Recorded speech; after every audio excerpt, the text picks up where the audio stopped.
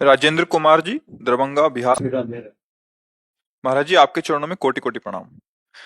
महाराज जी, मैं पिछले 3 साल से हरे कृष्णा महामंत्र जप करता हूँ, 2.25 घंटे। महाराज जी, आपका सत्संग मैं यूट्यूब पर कई वर्षों से सुनता हूँ।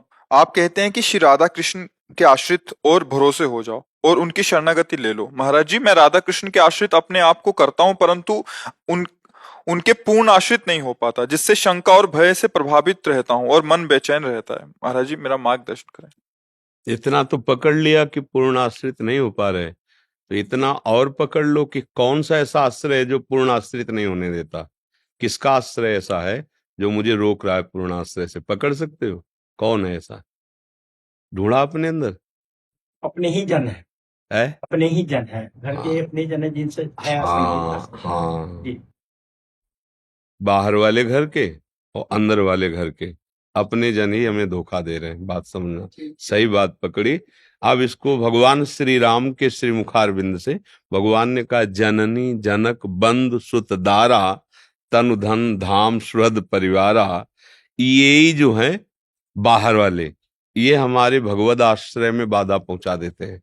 और अंदर वाले मना खष्टान इंद्रियाणी प्रकृति स्थान कर सती, मन और 5 ज्ञान इंद्रियां ये भोगों में संसार में विचरण करने के कारण मुझे भगवान से विहीन कर देती हैं। समझ रहे हो ना? अब चोर पकड़ में आ गया।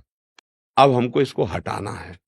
हम में बल है नहीं कि इनको हम हटा सके, पक्की बात, क्योंकि हम अपना बल खो चुके। अब जैसे बहुत जन्म हो चुके संसार में राग से जीते हुए, और ये जन्म भी संसार के राग में ही जी रहे हैं। अब हिम्मत नहीं पड़ रही कि इनके राग को तोड़ सके। तो अब एक बल है, हारे को नाम जप करते रहो, वो सब हटा देगा। सब सब बिल्कुल। आप सब बल हारे को, सूर किशोर कृपाते सब बल हारे को हरि नाम। अंदर से बार बार कहो, अंदर से प्रभु से, प्रभु आप जान रहे हो मैं कहाँ फंसा हूं, नाथ आप ही मुझे इस राग से हटा सकते हो। तो शरीर से दूर जाना नहीं पड़ेगा, शरीर के समीप रहते हुए भी राग खत्म हो जाएगा। शरीर से दूर जाने पर 20 वर्ष अलग रहने पर भी राग बना रहता है। और अगर भजन बल से राग का त्याग हो जाए तो वैसे ही प्यार करते हुए, वैसे ही व्यवहार करते हुए आप आंतरिक वैरागी बने रहेंगे। और खास बात है अंदर का वैराग्य होना। जैसे घर बार सब छोड़ कर के चले और राग विषयों में है तो बात नहीं बनेगी। राग अनुराग में बदल गया है ना, तो लड़का बच्चा पति पत्नी सबके बीच में रहते हुए भी वो महात्मा है। समझ रहे ना? वेश परिवर्तन खास बात नहीं, उद्देश्य परिवर्तन खास बात। हमारे अंदर बात आ गई कि अब हमारा और सही बात, आप जिनसे राग कर रहे हैं उनमें भगवान ही है, भगवान से ही राग है। अगर भगवान पत्नी के हृदय से अंतर ध्यान हो जाए तो आप भला राग करके दिखाओ उसके शरीर में, पुत्र के शरीर या किसी भी शरीर, गुरु के शरीर में भगवान ही तो है ना। अगर ये भगवान अंतर ध्यान हो जाए तो अभी इसकी हालत खराब कर दी जाएगी, आग जला दिया, गाड़ दिया जाएगा ऐसा। तो हम अनजाने में भी भगवान से ही राग कर रहे हैं, ये जान ले तो हमें जिन रूपों से राग कर रहे हैं उनसे राग रहित होने का सौभाग्य मिल जाएगा। सबकी ममता ताग बटोरी मम पद मनहि बांध बर। और ये होता है नाम जप और सत्संग। जैसे सत्संग सुने ना, तो मोह ही इसे ही कहते हैं। और मोह गए बिनु राम पद होई न दृढ़ अनुराग। और मोह नाश विवेक से होता है, और विवेक सत्संग से होता है। सत्संग भगवान की कृपा से मिलता है, और वो अपने ऊपर खूब कृपा है नहीं? बिनु सत्संग विवेक न होई, और राम कृपा बिनु सुलभ न सोई। होए विवेक मोह भ्रम भागा, तब सब विषय विलास विरागा। राग रहित हो गया ना। सत्संग हमको मिल रहा है, ये बड़े सौभाग्य की बात है। नाम जब हम ईमानदारी से करें और उसका फल चाहें कि हमें प्रभु से अनुराग हो। ये जितना भी हमारा व्यवहार है ये हम करें ऐसे, पर अनुराग प्रभु से हो, किसी से राग ना हो, वो कर देंगे। वो सामर्थ्यशाली प्रभु हैं, उन्हीं की कृपा प्रसाद से ऐसी बात आती है। नहीं तो बड़ा कठिन है राग का त्याग करना। नहीं देखो, बहुत पीछे की बात है। एक बहुत अच्छे महात्मा थे। हम जब काशी में घाट में रहते थे तो घाटों से ही विश्वनाथ जी के दर्शन करने जाते थे, तो प्रायः मिला करते थे। तो एक बार वो मिले तो बहुत उदास थे। तो हमने कहा स्वामी जी, आपका चेहरा उदास ऐसा बता रहा है जैसे आप किसी गहन सांसारिक चिंतन में हो। भागवतिक चिंतन का चेहरा और सांसारिक चिंतन का चेहरा तो ये जो बच्चे सेवा में रहते हैं ये पहचान लेते हैं। जहां वो देखेंगे तो कह देते महाराज जी इस समय आप किसी की चिंता में लगे हो, कोई बात हो गई, क्या बात है, आप किस चिंता में हो, आप उसको बाहर कर दो तो अपने लोग उसका ऐसे बच्चे ही कह, तो फिर तो ऐसे पहचाना जा सकता है ना। तो उनसे हमने कहा महाराज जी आपका जो चिंतन है वो संसारिक चल रहा है, क्या बात है आपकी। तो उन्होंने कहा कि महाराज क्या बताएं, हमसे गलती हो गई।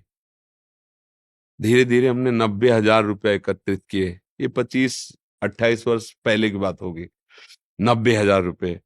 और मेरा भाई गरीब था, उसकी बेटी का ब्याह था, तो हमने सोचा कि बेटी के ब्याह में दे देना कोई मतलब पाप तो नहीं है, पर उनके लिए पाप है। सन्यासी ना, सन्यासी के लिए सन्यास धर्म में जैसे ऐसे जब वैरागी हो गए तो फिर अपनी और पराई बेटी का भेद नहीं है। वो चाहे रोड में रख दो, चाहे कहीं फेंक दो, पर अपनापन करके अगर परिवार वालों को घर को दिया गया तो वो मिटिया मिट कर देगा। पर मोह के कारण समझ में नहीं आया, उन्होंने दे दिया। ब्याह हुआ, कुछ दिन बाद पति समाप्त हो गया लड़की का। अब वो कहे तो किसी से नहीं, पर उनको आगे जलाए डाल रही थी कि अगर मैं ये जो दक्षिणा मिलती रही ना लेता, एकत्रित ना करता, तो मेरे अंदर ये भाव ना आता, मैंने दिया तो मैं जानता हूं मेरे ही अपराध का फल है।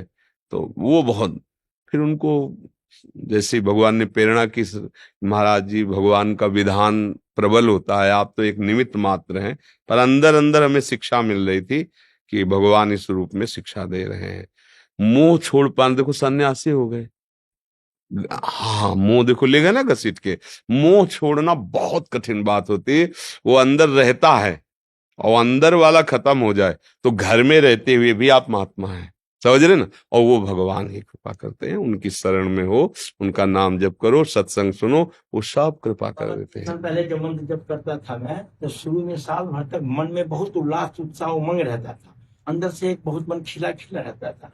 इधर कुछ 8-10 महीने से मतलब 2-2.5 घंटे जब करता हूँ, 16 माला करता हूँ, हरे कृष्ण कृष्ण कृष्ण हरे हरे, हरे राम राम राम हरे हरे।